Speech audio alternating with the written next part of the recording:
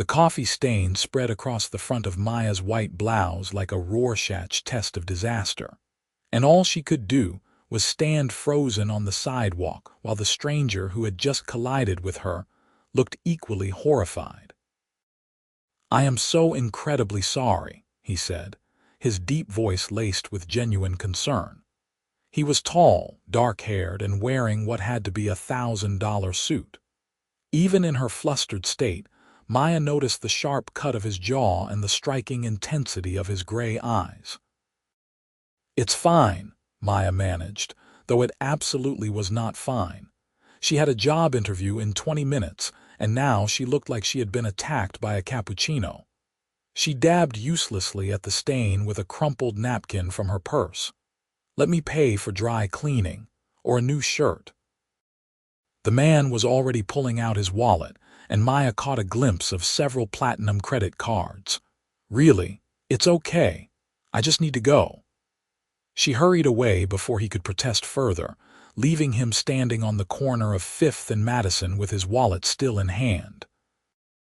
Maya made it to the interview, borrowed a blazer from the receptionist to cover the stain, and somehow managed to articulate why she would be an excellent candidate for the museum curator position, despite smelling faintly of coffee and humiliation. By the time she got home to her cramped studio apartment that evening, the encounter with the handsome stranger was just another bizarre New York moment to add to her collection. The second time Maya saw him, she did not immediately recognize him. It was 2 weeks later, and she was celebrating getting the museum job with her best friend Jenna at a small wine bar in the West Village.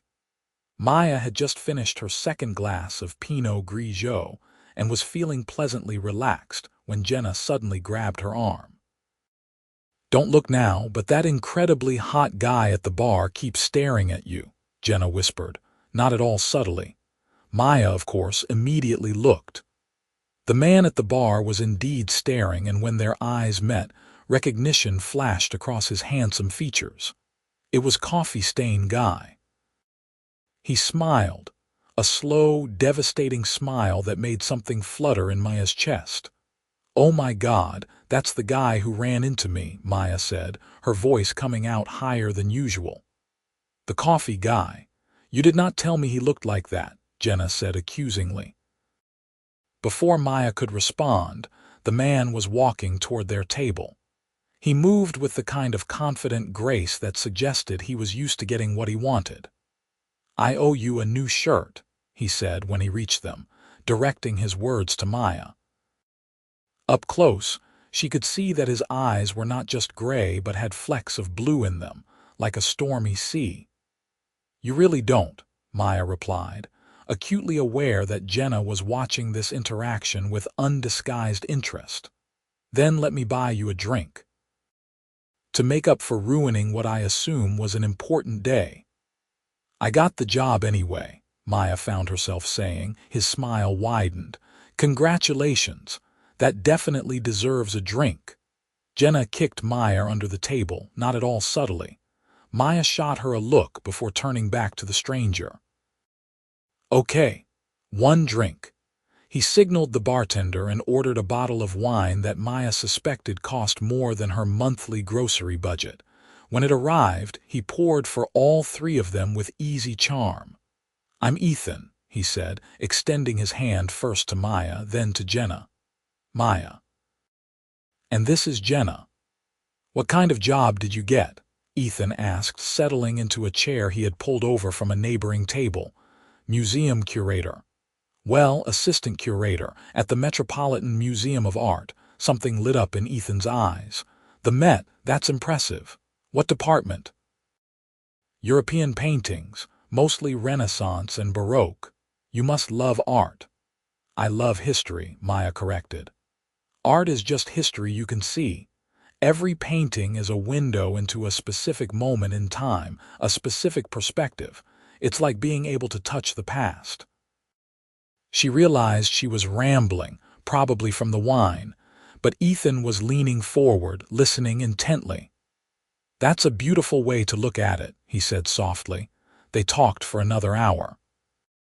Jenna, bless her, made excuses about an early morning and left them alone, though not before shooting Maya a very obvious thumbs up behind Ethan's back. Maya learned that Ethan worked in real estate development, that he had grown up in Connecticut, and that he had a surprising amount of knowledge about Renaissance art for someone who claimed his degree was in business. "I took an art history class in college," he admitted. "The professor was passionate about it, kind of like you." Maya felt her cheeks warm at the compliment. When the wine bar closed at midnight, Ethan walked Maya to a taxi. The October air was crisp, and Maya pulled her jacket tighter around herself. "Can I see you again?" Ethan asked as a cab pulled up to the curb. Maya hesitated.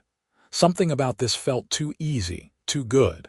Men who looked like Ethan and wore suits like Ethan did not typically pursue women who lived in studio apartments and counted pennies. "I don't know," she said honestly. Ethan looked surprised, then thoughtful. "Fair enough, but if you change your mind." He pulled out a business card and handed it to her. Maya glanced at it in the streetlight. Ethan Blackwell, CEO, Blackwell Properties. There was a phone number and an email address. CEO. She said, raising an eyebrow. He shrugged, looking almost embarrassed. "It's the family business." Maya tucked the card into her purse and got into the cab.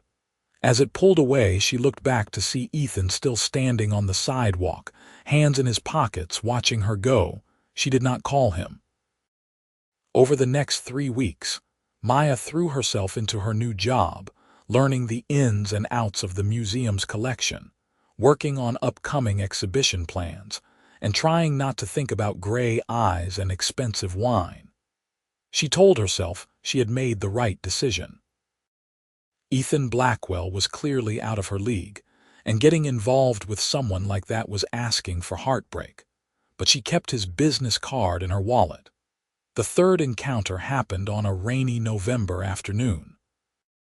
Maya had been sent to evaluate a private art collection that was potentially being donated to the museum. The address led her to a penthouse on the Upper East Side, all gleaming glass and steel. A butler, an actual butler, answered the door and led her inside.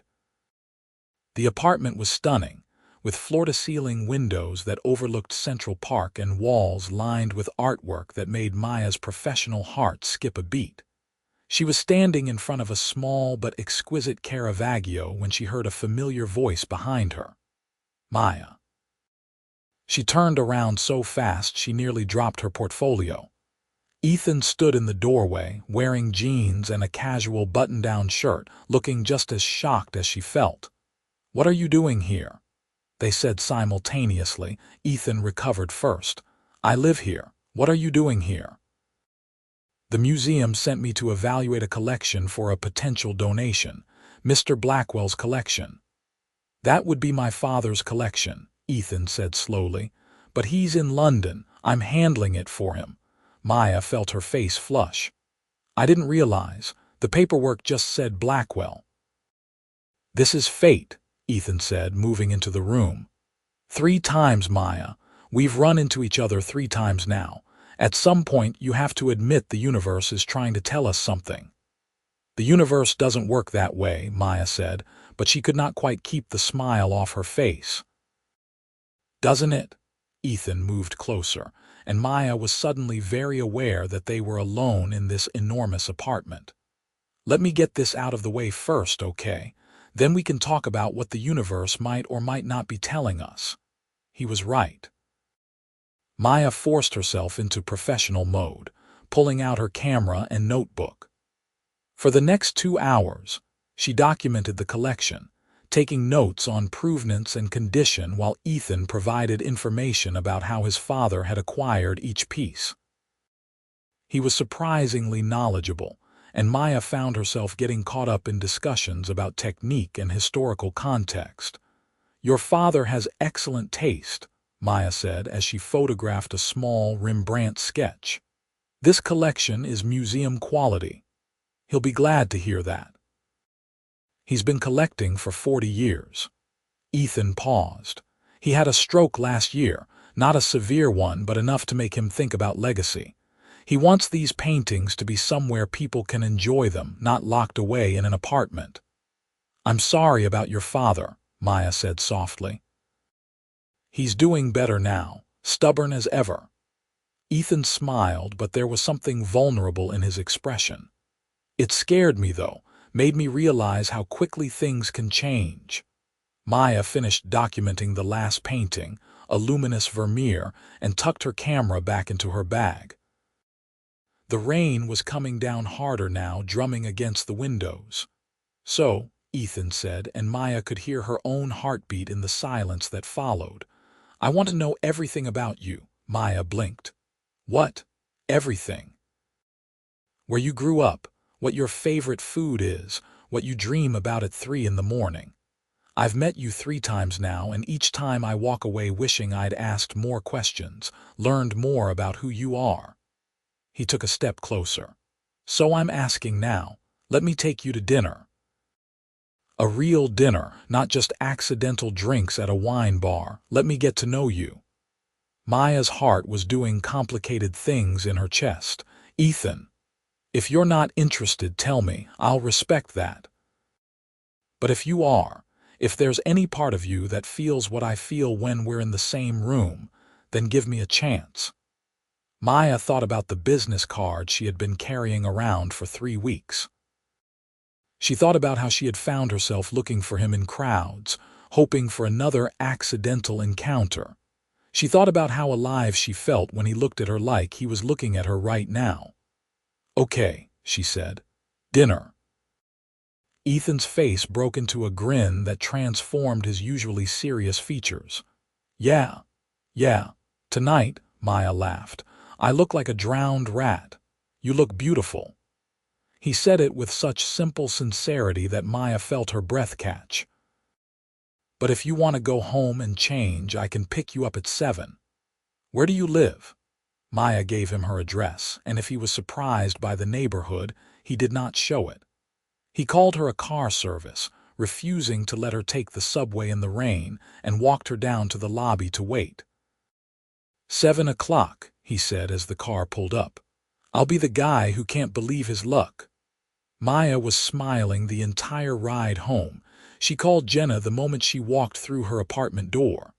"He wants to take me to dinner," Maya said without preamble. "Coffee guy, wine bar guy. Please tell me we're talking about the same guy. His name is Ethan, and yes, same guy. And Jenna, he's a CEO. His father owns a penthouse that could fit my entire building inside it. What am I doing? You're going on a date with a hot, successful man who clearly adores you. What are you wearing?" Maya looked at her closet, which suddenly seemed very inadequate. "I have no idea." Jenna arrived 30 minutes later with an armful of dresses and a determined expression. By 6:30, Maya was wearing a simple black dress that Jenna insisted made her look sophisticated and mysterious. Her dark hair was falling in soft waves past her shoulders, and her nerves were threatening to overwhelm her. "You're going to be fine," Jenna said, applying a final touch of lipstick to Maya's lips. "He's already crazy about you. I saw the way he looked at you at the wine bar. What if I'm boring? What if we have nothing to talk about? You talked for hours at the wine bar and you spent all afternoon with him today. I think you'll manage." Jenna squeezed her shoulder. "Just be yourself. That's who he wants to get to know."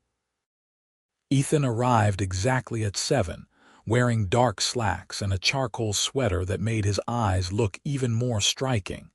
He held out a single white rose. "I know it's traditional to bring flowers," he said, "but I didn't want to be presumptuous with a whole bouquet." Maya took the rose, touched by the thoughtfulness. "It's perfect." The restaurant was in Tribeca, intimate and elegant without being intimidating. The maitre d' greeted Ethan by name, and they were led to a corner table with soft lighting and a view of the city lights. "Is this where you bring all your dates?" Maya asked, only half joking. "I've never brought a date here," Ethan said. This is actually one of my favorite places and I wanted to share it with you. The waiter brought menus and a wine list, but Ethan waved them away. Do you trust me? He asked Maya. I'm sitting across from you, aren't I? He smiled and spoke to the waiter in what sounded like fluent Italian. The waiter nodded enthusiastically and disappeared. You speak Italian? Maya asked. My mother was Italian. She died when I was 15, but she made sure I grew up bilingual. There was old pain in his voice. She loved art. She's actually the reason my father started collecting. Every Sunday she would take me to a different museum or gallery. The Met was her favorite. I'm sorry you lost her, Maya said softly. Me too. But I like to think she'd be happy that I'm having dinner with a beautiful woman who shares her passion. Ethan reached across the table and took Maya's hand. So I meant what I said earlier. I want to know everything. Start wherever you want. So Maya told him about growing up in a small town in Pennsylvania, the daughter of two high school teachers who had filled their modest house with books and music and love. About discovering art history in college, how she had felt like she had found a secret language that connected her to centuries of human experience. About moving to New York 5 years ago with more ambition than money, working her way up from unpaid internships to her current position. What about you? She asked when the appetizers arrived, delicate portions of burrata and prosciutto that tasted like heaven. What's it like being a CEO? Ethan made a face. Honestly, some days it's great. I get to build things, create spaces where people live and work. Other days it feels like I'm drowning in spreadsheets and board meetings. If you could do anything, what would you do? He was quiet for a moment, considering. I'd teach. Architecture or urban planning, maybe. Something where I could share why I think the spaces we inhabit matter so much. He laughed self-consciously. I know that sounds ridiculous coming from someone who develops luxury properties. It doesn't sound ridiculous at all, Maya said. It sounds like you actually care about what you create. My father built the company from nothing, Ethan explained. He was a construction worker who saved every penny, took out loans, and bet everything on his first development project. He wants me to take Blackwell Properties even further, and I want to make him proud. But sometimes I wonder if I'm living his dream instead of my own. There was something raw in his honesty, and Maya found herself reaching across the table to squeeze his hand. For what it's worth, I think admitting that takes courage. The rest of dinner passed in easy conversation. They talked about books and movies, debated the best pizza in New York, and discovered they both had an inexplicable fondness for terrible puns. Maya could not remember the last time she had felt so comfortable with someone, so seen. When dessert arrived, a delicate panna cotta that wobbled perfectly on the plate, Ethan leaned back in his chair and studied her with those intense gray eyes. What? Maya asked, suddenly self-conscious. I'm just thinking how glad I am that I crashed into you on that street corner. Literally crashed into you, Maya laughed. My poor blouse might disagree. I'll buy you a dozen new blouses, 100. He was smiling, but there was something serious underlying his words. Maya, I know we just met. Well, technically we've met 3 times, but you know what I mean. But I feel something here, something real. Tell me you feel it too. Maya's heart was racing. I feel it. Then let's see where this goes. No pressure, no expectations. Just 2 people getting to know each other. He paused. Everything about each other. Everything is a lot, Maya said, but she was smiling. We've got time. After dinner, Ethan walked Maya through the city. The November air was cold but clear, the rain from earlier having washed everything clean. They wandered through Washington Square Park, past street musicians and chess players and students from NYU hurrying to their Friday night plans. I love this city at night, Maya said. tipping her head back to look at the arch lit up against the dark sky. Everything feels possible. Everything is possible, Ethan said. He pulled her closer and Maya let herself lean into his warmth. Can I take you out again? Tomorrow?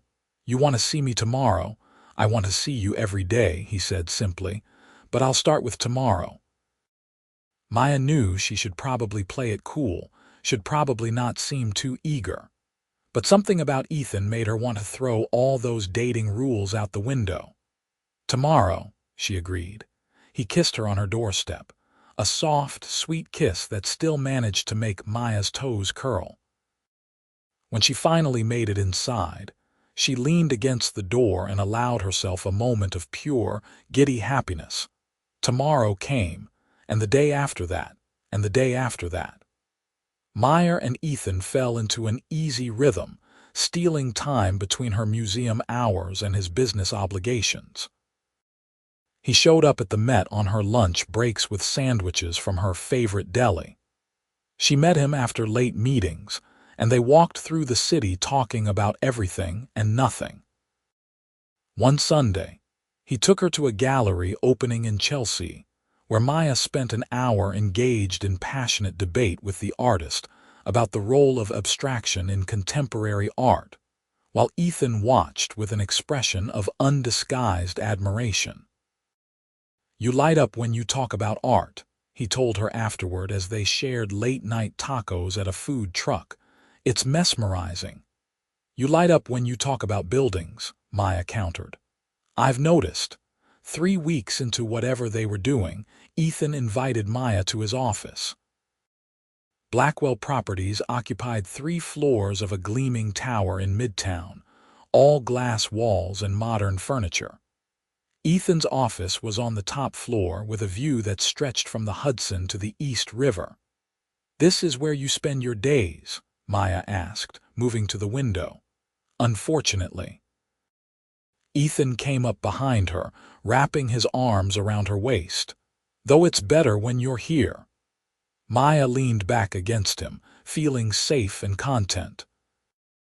They had not talked about what they were to each other, had not put labels on the way they reached for each other's hands, or the way Ethan kissed her goodbye like he was memorizing the taste of her. But standing there in his office, Maya realized she was falling for him, maybe had already fallen. My father wants to meet you, Ethan said quietly.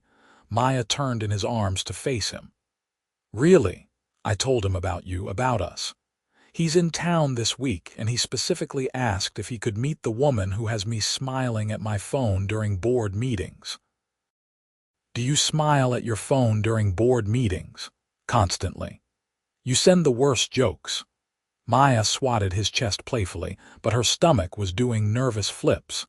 Meeting the father felt significant, like crossing some invisible line from casual dating into something more serious.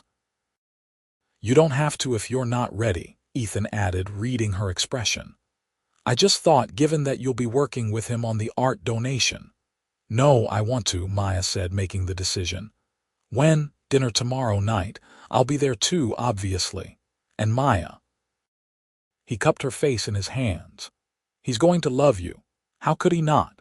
Richard Blackwell was a silver-haired man in his late 60s with the same sharp features as his son and the same intense gray eyes. He greeted Maya with warm enthusiasm, shaking her hand firmly. The woman who's going to make sure my paintings end up somewhere they'll be appreciated, he said. Ethan's told me a lot about you. They met at a steakhouse in the financial district, old-fashioned and comfortable. Richard ordered for the table with the ease of someone who had been coming to this restaurant for decades, and Maya found herself relaxing as the evening progressed. So you work at the Met, Richard said, cutting into his ribeye. My late wife would have been thrilled.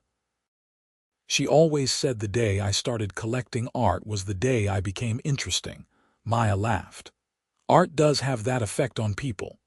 Tell me honestly, how much is my collection worth, Dad? Ethan said, a warning in his voice. What? I'm curious. Richard turned back to Maya. The museum must have given you an estimate. Maya named a figure that made even Richard's eyebrows rise. But the cultural value is incalculable. You have pieces that fill gaps in the Met's collection, paintings that students and scholars and people who just love beauty will be able to study and enjoy for generations. That's what I wanted to hear, Richard said with satisfaction. He looked at his son. I like her. I like her too, Ethan said, his hand finding Maya's under the table. After dinner, Richard excused himself, claiming an early morning flight to Chicago. He hugged Maya goodbye, and she could have sworn he whispered, "Take care of him," in her ear. That went well, Ethan said as they watched his father's car pull away. He's wonderful. I can see where you get your passion for building from. He told me he likes you better than any woman I've ever brought home, Ethan said. Which is high praise, considering he barely tolerated my last girlfriend. It was the first time Ethan had mentioned past relationships, and Maya felt a small, petty surge of satisfaction at being preferred. Come back to my place, Ethan asked. We can open that bottle of wine I've been saving. Maya had been to Ethan's penthouse several times now, but it still took her breath away. They sat on his sofa with glasses of red wine, Maya curled against Ethan's side while jazz played softly in the background. I need to tell you something, Ethan said, and Maya's heart immediately sank. Nothing good ever followed those words. Okay, I'm falling in love with you. He said it simply, without drama, like he was stating a fact. I know it's fast. I know we've only been doing this for a few weeks. But I wake up thinking about you, and I go to sleep thinking about you, and every moment in between I'm trying to figure out how to make you smile. He turned to face her. I'm not asking you to say it back. I just needed you to know. Maya felt tears pricking her eyes. You really know how to ruin a girl's mascara. Is that a good thing or a bad thing? Instead of answering, Maya kissed him. It started soft but quickly deepened, weeks of restrained attraction finally finding release. When they finally broke apart, both breathing hard, Maya rested her forehead against his. I'm falling for you too, she whispered. It terrifies me. Why does it terrify you? Because this feels too good, too perfect, like I'm going to wake up and realize it was all a dream. Ethan pulled back to look at her, his expression fierce. This is real, Maya. What I feel for you is real. I know my life might seem like a fairy tale from the outside, all penthouses and expensive restaurants, but none of it meant anything until I crashed into you on that street corner. You really need to work on your meet-cute game, Maya said, laughing through tears. Hey, it worked, didn't it? They stayed up until dawn, talking and kissing and talking some more.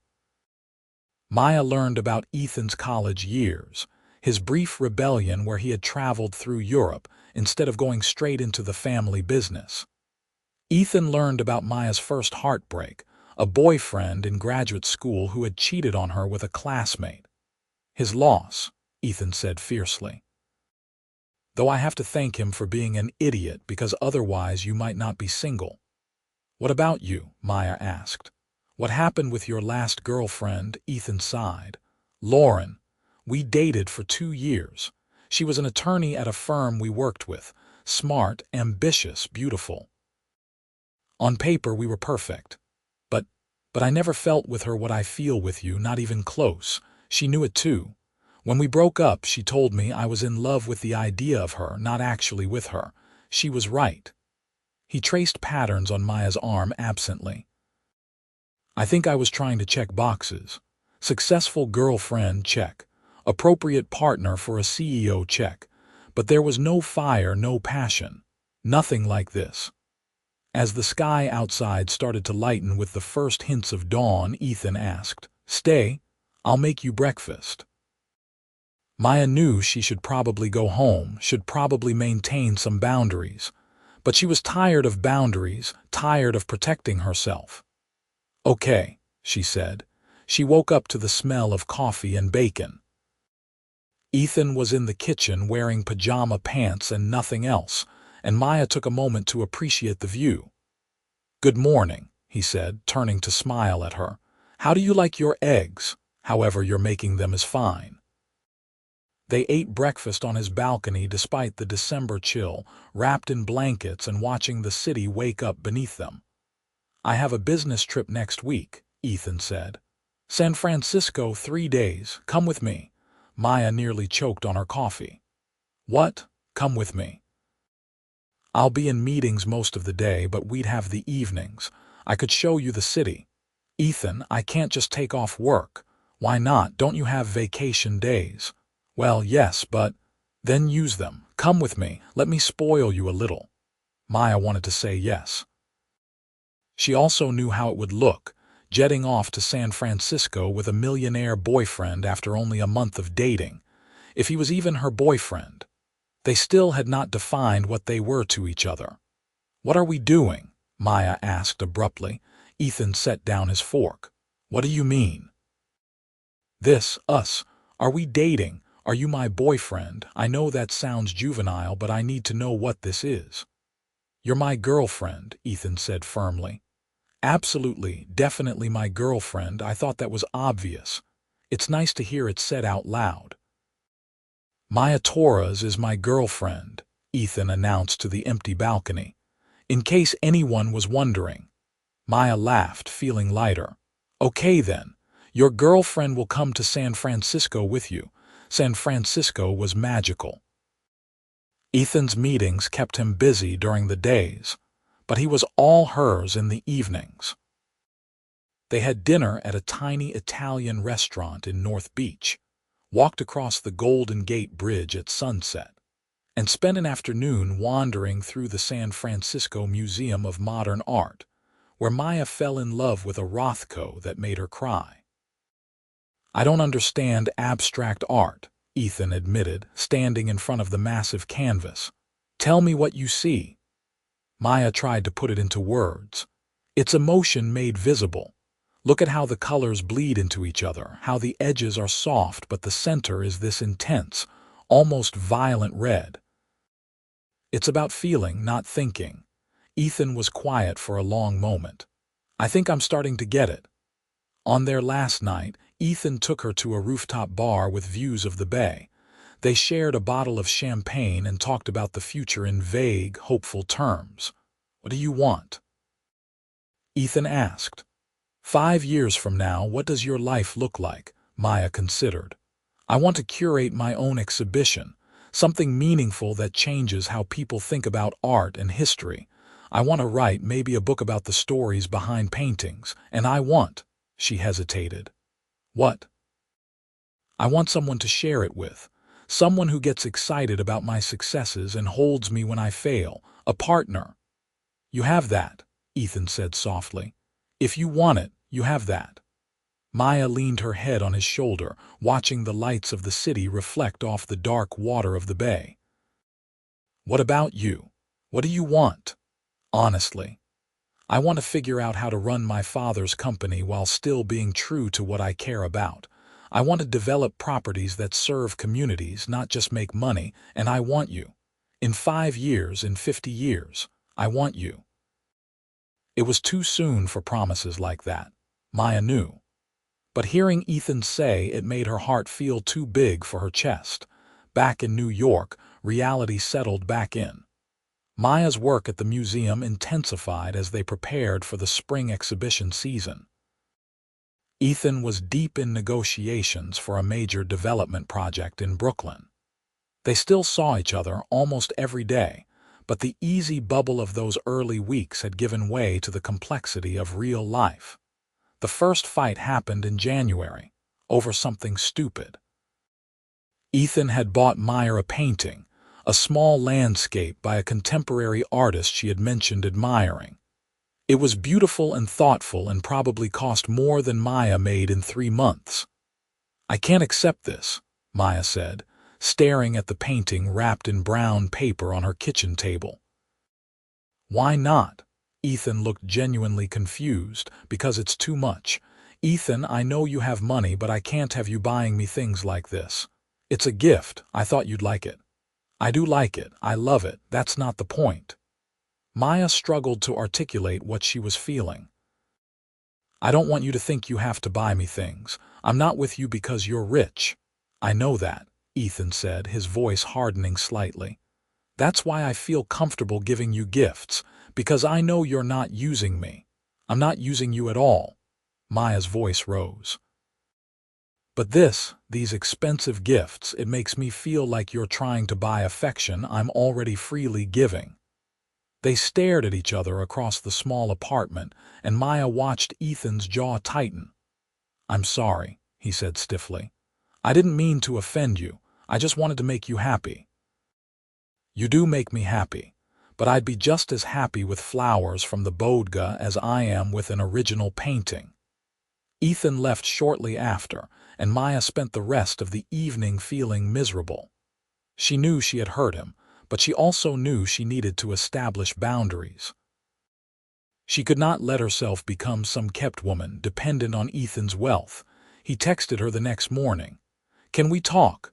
They met in Central Park, walking the paths despite the January cold. For several minutes, neither of them spoke. I talked to my father last night, Ethan finally said. Told him about our fight. He said I was being an idiot. You weren't being an idiot. I was, though. Maya, I grew up with money. It's easy for me to throw cash at problems or use gifts to express feelings. But that's not what you need from me. He stopped walking and turned to face her. I love you. Actually, really love you. And I need to show you that with my time and attention and presence, not with my credit card. Maya felt tears freezing on her cheeks. You love me, completely. He pulled her close. I'm sorry, tell me what you need. Just you, Maya whispered into his coat. I just need you. They figured it out slowly. Ethan learned to express his affection in ways that did not involve expensive gifts. Maya learned to accept that Ethan's wealth was part of who he was, and that sometimes he genuinely just wanted to share experiences with her, even if those experiences cost money. They compromised, they communicated, and their relationship grew stronger for it. In February, Maya's exhibition opened at the Met. It was a small show, mostly her boss's work with Maya assisting, but she had written several of the wall texts and had helped with the curation. Ethan showed up to the opening with 24 roses and undisguised pride. That's my girlfriend, he told anyone who would listen, pointing at Maya's name on the exhibition credits. Maya's parents drove up from Pennsylvania for the opening, and she was nervous introducing them to Ethan. Her father was a no-nonsense history teacher who drove a 15-year-old sedan. Her mother was a music teacher who cut coupons and shopped at thrift stores. They were the opposite of Ethan's world in every way. But Ethan charmed them immediately, asking her father about his teaching methods and discussing Brahms with her mother.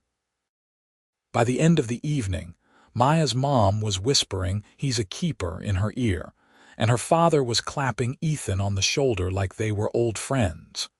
Your parents are wonderful, Ethan said later that night as they collapsed onto his sofa. I can see where you get your passion and intelligence. They liked you too. My dad doesn't clap just anyone on the shoulder. I was terrified, Ethan admitted. What if they thought I wasn't good enough for you? Maya laughed. You were worried about that. Ethan, you're a millionaire CEO. I think most parents would be thrilled. Money doesn't make me good enough for you, only how I treat you does that. Maya kissed him, slow and deep. You treat me very well. Things were good, better than good. Maya felt like she was living in a dream, splitting her time between the museum and Ethan's penthouse, falling more in love every day. But in the back of her mind, she kept waiting for the other shoe to drop. Nothing this perfect could last. The shoe dropped in March. Maya was at the museum when Ethan called, his voice tight with stress. We need to talk. Can you come to my office? Maya's stomach dropped. What's wrong? Not over the phone. Please just come. The subway ride to Midtown felt like it took hours. Maya's mind raced through possibilities, each worse than the last. Was he breaking up with her? Had something happened to his father? Ethan was standing at his office window when she arrived, his posture rigid. He turned when she entered, and Maya was shocked to see he looked almost sick. "What happened?" Maya asked, moving toward him. "There's a problem with the Brooklyn development. A big problem." Ethan ran his hand through his hair, a gesture Maya had learned meant he was stressed. "We broke ground last month, and today we discovered the site used to be a chemical plant. The soil is contaminated. We're talking millions in cleanup costs, months of delays, and potential lawsuits from the residential buyers who already put down deposits." Maya's relief that this was not about their relationship immediately gave way to concern. "Oh, Ethan. The board wants me to walk away, cut our losses, return the deposits, and abandon the project. But if we do that, it ruins our reputation. And the neighborhood was counting on this development. We promised affordable housing units, a community center. If we walk away, it all disappears." "What do you want to do?" "I want to see it through. Eat the cleanup costs, push through the delays, and deliver what we promised. But Maya, it could bankrupt the company. My father built Blackwell Properties from nothing, and I might destroy it in one bad decision." Maya understood now why he looked so devastated. "What does your father say?" "He says it's my call, that he trusts me to make the right decision." Ethan laughed bitterly. "I wish he'd just tell me what to do." Maya moved to him, taking his hands. "What does your gut tell you?" "That we made a promise to that community, and we should keep it.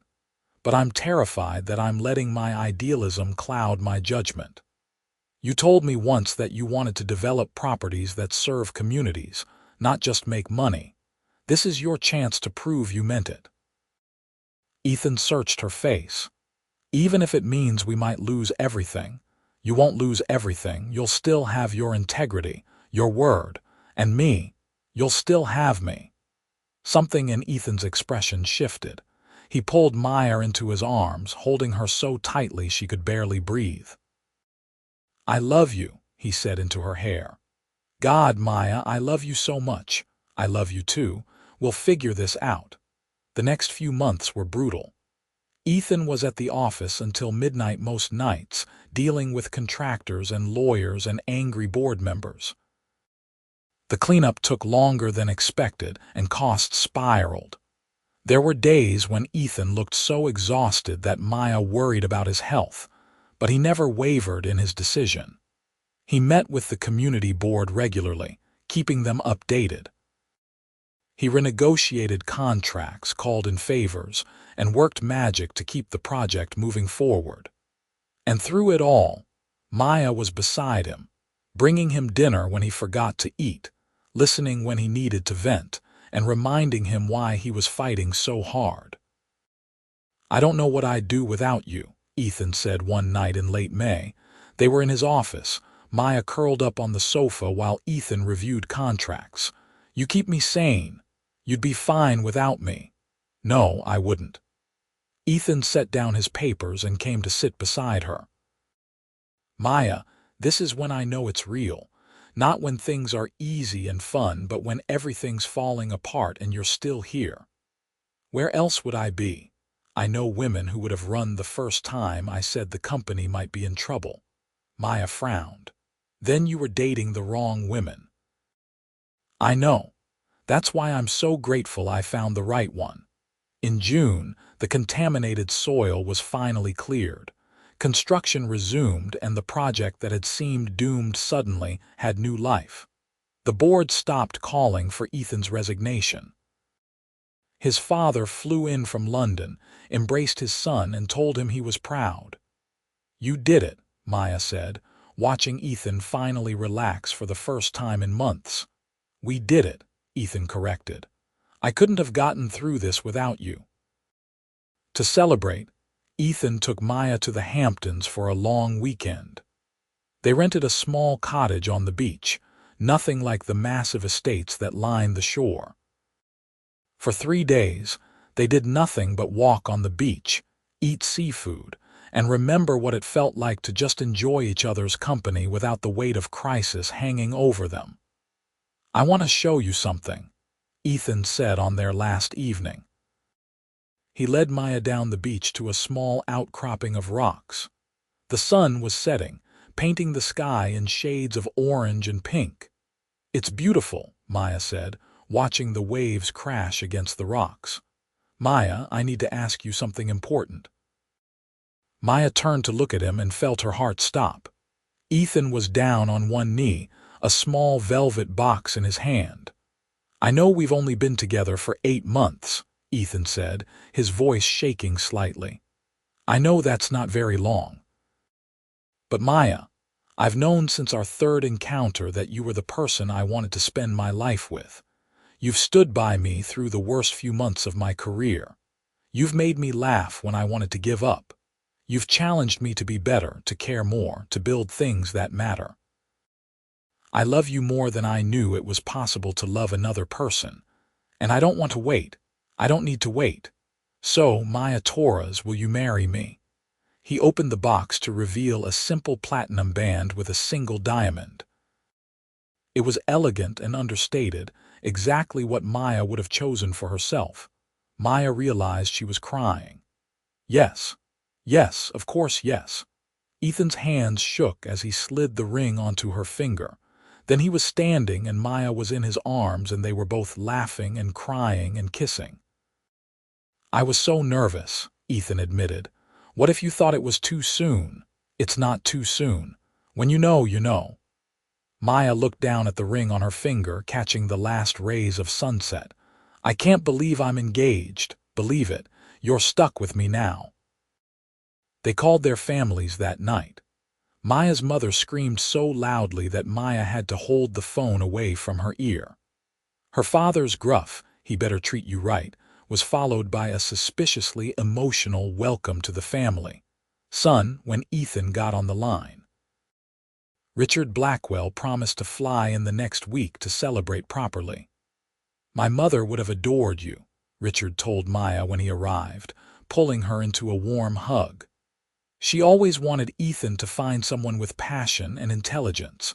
You're exactly what she would have wished for him." The engagement seemed to make everything click into place.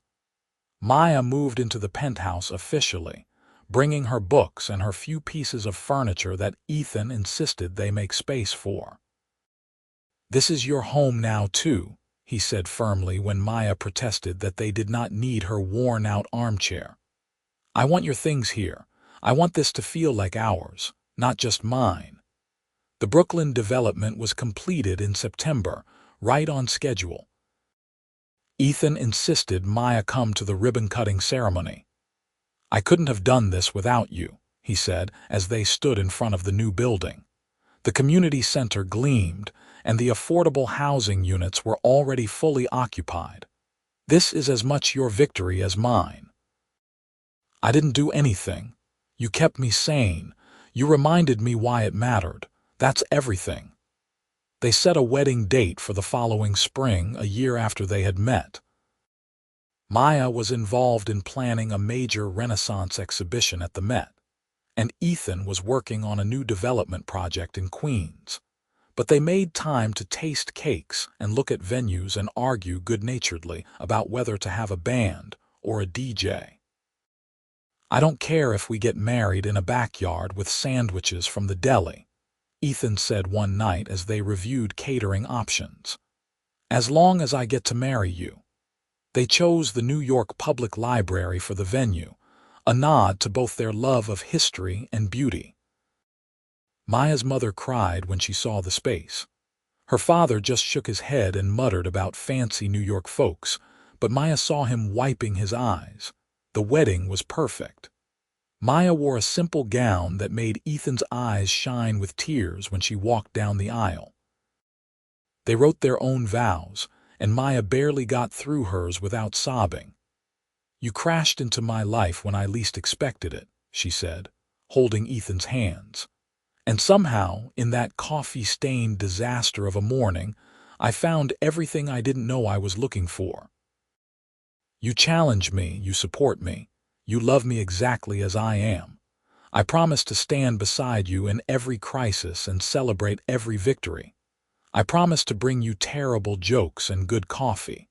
I promise to love you with everything I have, for as long as I live. Ethan's vows were equally emotional. I want to know everything about you, he began, and Maya laughed through tears at the callback to their third encounter. I said that to you almost a year ago, and Maya, every day since then has been a gift. I've learned that you're terrible at directions but excellent at navigation. That you sing off-key in the shower and can debate art history for hours without getting tired. That you make me want to be the kind of man who deserves you. I promise to spend the rest of my life learning more, discovering new things about you, falling more in love with you every single day. The reception was a blur of champagne and dancing and joy. Maya's art history professor from college gave a toast about how Maya had always been destined for great things. Richard Blackwell welcomed Maya officially into the family and told embarrassing stories about Ethan's childhood. Jenna, as maid of honor, gave a speech about how she had known at the wine bar that Ethan was the one, and how grateful she was that Maya had finally found someone who deserved her. To Maya and Ethan, Jenna concluded, raising her glass. May your life together be filled with accidental encounters and deliberate love. They honeymooned in Italy, splitting their time between museums in Florence and the Amalfi Coast. Ethan showed Maya the small village where his mother had grown up, introducing her to distant cousins who fed them until they could barely move. Maya taught Ethan how to really look at the frescoes in the churches, explaining the symbolism and historical context until he saw them with new eyes. I'm going to be learning from you for the rest of my life, Ethan said as they stood in front of Michelangelo's David in Florence. Good, Maya replied, taking his hand. I plan to keep teaching you. Back in New York, they settled into married life with surprising ease. Maya's career continued to flourish. She curated her first solo exhibition, a groundbreaking show about women artists in the Baroque period that received rave reviews. Ethan surprised her by anonymously donating a significant sum to ensure the exhibition could travel to other museums. She only found out when a board member let it slip. You said you didn't want expensive gifts, Ethan defended when Maya confronted him. That was for women artists and art education. It doesn't count. Oh, so there are exceptions to the no expensive gifts rule. Apparently, Maya said, unable to stop smiling. Ethan's company went from strength to strength. The Brooklyn development won awards for community integration and sustainable design. He started a foundation that focused on affordable housing and urban renewal, finally finding a way to merge his business acumen with his desire to make a difference. 2 years into their marriage, Maya brought up children over breakfast. How do you feel about kids? She asked, trying to sound casual. Ethan set down his coffee. Is this a theoretical question or a practical one? Theoretical. For now, I want kids, with you, as many as you want. He reached across the table for her hand. Are you thinking about it? I'm thinking that I'm 33, and if we want children, we should probably start planning. Then let's plan. They got pregnant 6 months later. Maya was terrified and thrilled in equal measure. Ethan was so excited he could barely contain himself, insisting on going to every doctor's appointment and reading every parenting book he could find. You're going to be an amazing mother, he told Maya, his hand on her growing belly. You're going to be an amazing father. Their daughter was born on a snowy January morning, 3 years after that first coffee-stained encounter. They named her Elizabeth Rose, after both their mothers. She had Ethan's gray eyes and Maya's dark hair, and she was perfect. I didn't know I could love anyone this much, Ethan whispered, holding Elizabeth while Maya recovered. Except I do. I love you both this much." Maya looked at her husband holding their daughter, at the life they had built together from a chance meeting on a street corner, and felt overwhelming gratitude. "Thank you," she said softly. "For what? For crashing into me. For asking me to dinner. For wanting to know everything about me." Ethan smiled, that same devastating smile that had made Maya's heart flutter in a wine bar 3 years ago. "Best decision I ever made. Even though you ruined my blouse, especially because I ruined your blouse. Look where it got us." Maya laughed, and Elizabeth made a small sound in her sleep, and Ethan looked at them both with such love that Maya felt her heart might burst. They had found each other by accident, 3 times over. But what they built together was entirely deliberate. A love story written in museum visits and late-night conversations, in crisis and triumph, in ordinary moments and extraordinary ones. 5 years later, they had 2 more children, a boy named James and another girl named Sophia. The penthouse was filled with toys and laughter, with Maya's art books and Ethan's building models, with family dinners and bedtime stories. Maya made senior curator at the Met, overseeing the entire European paintings department. She published a book about the hidden stories in Renaissance art that became a surprise bestseller. Ethan expanded the Blackwell Foundation, developing affordable housing projects in cities across the country. Richard retired officially, spending his time traveling and spoiling his grandchildren. But through it all, through the busy years of career advancement and raising children, Maya and Ethan never lost sight of what mattered most. They still had date nights, still walked through the city holding hands, still looked at each other like they were the most interesting people in the world. "Do you ever think about that first day?" Maya asked one evening. They were alone in the penthouse, the children spending the night with Maya's parents. It was their 8th wedding anniversary, and they had decided to celebrate by ordering takeout and watching old movies, just like they used to do when they first started dating. "I think about it all the time," Ethan admitted. He was lying on the sofa with his head in Maya's lap, completely relaxed. "I think about how close I came to just apologizing and walking away. What if you had been 5 seconds earlier or later? What if I had taken a different route to work that day? We would have met at the wine bar. That was the second time. What if you had decided not to go out that night? Then we would have met at your father's penthouse. The universe was pretty determined to throw us together." Ethan reached up to tuck a strand of hair behind Maya's ear. "I don't believe in fate, but I believe in us. I believe that somehow, someway, we were always going to find each other." "I believe that too." "Do I know everything about you yet?" Ethan asked, echoing his words from their third encounter. Maya pretended to consider. "Not quite. I still have a few secrets." "Yeah, like what?" "Like the fact that I knew who you were before we met." Ethan sat up so fast he nearly fell off the sofa. "What?" Maya laughed at his expression. "Not like that. I mean, I had seen your name in the papers. Blackwell Properties was involved in a controversial development near the museum. I thought you were probably some spoiled rich kid playing at being a businessman. And now I know you're a spoiled rich kid who happens to also be brilliant at what he does."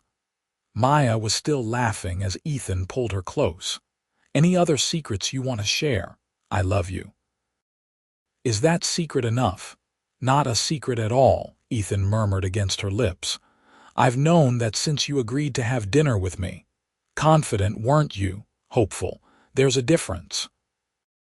They made love on the sofa like they were young and childless again, with an urgency born from rare privacy and 8 years of increasing devotion. After, wrapped in blankets and each other, Maya felt the same contentment she had felt that first morning in Ethan's penthouse, watching the city wake up. "I'm glad you crashed into me," she said drowsily. "I'm glad you gave me a second chance. and a third, and a fourth, and a fifth, and every chance after that. Every chance forever, Ethan agreed. Their children grew. Elizabeth became passionate about art like her mother, spending hours at the museum asking questions that made the security guards laugh. James inherited his father's interest in building, constructing elaborate structures out of blocks and explaining their architectural features to anyone who would listen. Sophia was still too young to show clear interests, but she had a smile that could melt hearts and a determination that promised she would be a force to be reckoned with. Maya and Ethan grew too, not apart but together, their roots intertwining deeper with each passing year. They had their challenges, moments of disagreement and stress, times when work threatened to overwhelm them or parenting tested their limits. But they faced it all together, remembering that they were a team. On their 10th anniversary, Ethan surprised Maya by taking her back to the exact street corner where they had first met. "You're insane," Maya said, but she was smiling. "It's freezing out here." "I wanted to mark the spot," Ethan said. He pulled out a small plaque. "I got permission from the city. Look," the plaque read. On this corner, Ethan Blackwell crashed into Maya Torres and changed both their lives forever. Love finds you when you least expect it. Maya started crying right there on the sidewalk. "You didn't." "I absolutely did. Now every time we walk past here, we'll remember." "I already remember. Every day." "Good, because I'm not done making memories with you." They went back to the wine bar where they had their second encounter. It was still there, still intimate and warm. The owner remembered them and sent over a bottle of wine with her compliments. "You two give me hope," she said when she stopped by their table. "In 10 years of running this place, I've seen a lot of couples. But the way you look at each other, like you're still discovering something new, that's special." After dinner, they walked through Washington Square Park like they had on their first date. The arch was lit up against the night sky, and street musicians were still playing despite the cold. "I meant what I said," Ethan said as they paused under the arch. "I still want to know everything about you. After 10 years of marriage, 3 kids, and more memories than I can count, I still feel like there's more to discover." "Like what?" "Like what you dream about. What you worry about at 3 in the morning when you think I'm asleep. What you would do if you could do anything in the world without consequences." Maya considered. "I dream about the kids mostly, about who they'll become. I worry that I'm not enough, that I'm failing somehow as a mother or a wife or a curator, and if I could do anything, I'd freeze time. Right here, right now, with you and the kids and this life we've built. I'd make it last forever." "You're more than enough," Ethan said fiercely. "Maya, you're everything, and I can't freeze time, but I can promise you more of it. More years, more memories, more moments like this. Promise. I promise. I want to grow old with you, watch our kids have kids, argue about whose turn it is to take out the trash when we're 80. "That's romantic," Maya said dryly, but she was smiling. "It's realistic, and real is better than romantic." "I disagree. I think real is romantic. Then we're both right." They kissed under the arch while a street musician played jazz, and people hurried past on their way to somewhere important. And Maya thought about coffee stains and wine bars and third encounters. She thought about how a single moment could change everything, how fate or chance or the universe could bring 2 people together in the most unexpected ways. But mostly, she thought about how grateful she was that Ethan had crashed into her life, literally and figuratively, and had never left. Their story was not perfect. No relationship lasting 10 years and counting could be perfect. There were arguments about money and time, disagreements about parenting and priorities. There were hard days and harder nights, moments when Maya wondered if love was enough to sustain them through whatever challenge they were facing. But there were also ordinary mornings where Ethan brought her coffee in bed. There were family dinners where all five of them talked over each other and laughed until their sides hurt. There were quiet evenings after the children were asleep when Maya and Ethan would sit together, not talking, just being, and feel completely content. Their love was not a fairy tale. It was better than a fairy tale because it was real, built on choice and commitment and the daily decision to keep choosing each other. "I love you," Maya said as they walked home from Washington Square Park, hand in hand like teenagers. "I love you too," Ethan replied. "Everything about you." And he meant it. After 10 years, he was still learning, still discovering, still falling more in love with every new thing he learned about the woman who had agreed to have coffee-stained adventures with him for the rest of their lives. Maya squeezed his hand, feeling the solid weight of her wedding ring, and thought about how sometimes the best things in life start with an accident. A collision on a street corner, a chance encounter at a wine bar, a third meeting that felt like destiny finally getting its act together.